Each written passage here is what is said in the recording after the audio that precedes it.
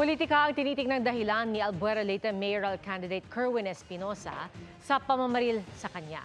At dahil nauugnay sa kaso ang 7 pulis sa Ormoc, tinagal muna sa pwesto ang kanilang hepe. Mula Ormoc City, nakatutokla si Ian Cruz. Ian? Yes, Pia, hiling nga ng Albuera Mayor imbestigahang mabuti ng mga otoridad ang nangyayari sa kanyang bayan. Pinakahuli na nga dito ang nangyaring pamamaril sa kanyang katunggali sa pagka-mayor na si Kerwin Espinosa. Sa boundary ng Albuera at Ormoc City sa Leyte, mas mahigpit ang checkpoint ilang araw matapos ang pagbaril kay mayoralty candidate Kerwin Espinosa. Iniisa-isa ng Albuera Police ang mga sasakyan. Ang incumbent mayor ng Albuera na isa sa dalawang makakalaban ni Espinosa, umaasang sisiyasating maigi ng PNP ang pamamaril. Dapat ang authority should be imbestigahan mabuti. To the extent, no, walang partido-partido. Kahapon, sinabi ni Espinosa na politika ang dahilan ng pagbaril sa kanya ng iturong persons of interest ang 7 pulis Ormoc. Klarong-klaro na political ito. Kasi dito, ang tumakbo na mayor din sa Albuera ay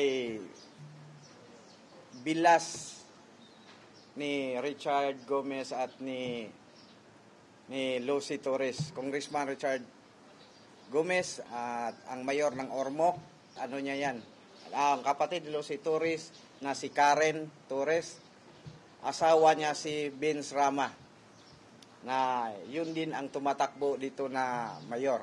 Pinuntahan namin ang campaign headquarters ng isa pang katunggali ni Espinosa na si Vince Rama para kunan nito ng pahayag. Wala siya roon at caretaker ang aming nakausap. Anya, kahapon ng umaga, initsahan ng Molotov bomb ang kanilang headquarters. Mabuti gano'n na lang nangyari. Kung hindi, ubos lahat yan. Kasi po puro papel. Puro papel lang nasa loob. Inireport daw nila ang insidente sa Albuera Police. Sinubukan namin kunan ng reaksyon ng Albuera Police pero wala sa kanilang maaring magsalita. Nagsadya kami sa Ormoc City Hall pero sabi ng mga naroon, wala kaming pwedeng makausap ngayong araw. Sumagot kaugnay sa pamamaril kay Espinosa si Leyte 4th District Representative Richard Gomez. Tinawag niyang scripted at ambush me ang insidente. Anya, pangit daw ang acting at pangit ang pagkakagawa. Nangangala pa raw siya ng mga impormasyon at inaalam pa niya ang timeline o pagkakasunod-sunod ng mga pangyayari. Inanunsyo naman kagabi ng PNP na kasunod ng pagtukoy sa 7 pulis Ormoc bilang persons of interest sa pagbaril kay Espinosa, sinibak nito ang Ormoc Police Chief na si Police Colonel Ray Dante Ariza. Nasa Albuera ang mga pulis nang maganap ang pamamaril kay Espinosa.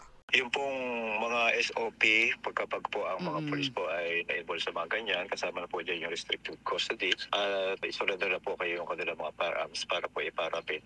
Itinalaga mo ng officer in charge ng Ormoc City Police, si Police Colonel Dennis Levore, ang kasalukuyang operations chief ng PNP Eastern Visayas. Pia, inaasang sa Lunes pa mag-a-assume ang OIC ng Ormoc City Police at antabayan na natin ang mga magaganap sa paghawak niya sa police force ng lungsod na ito. Mula rito sa Ormoc, dito sa Leyte, balik sa iyo, Pia. Maraming salamat, Ian Cruz.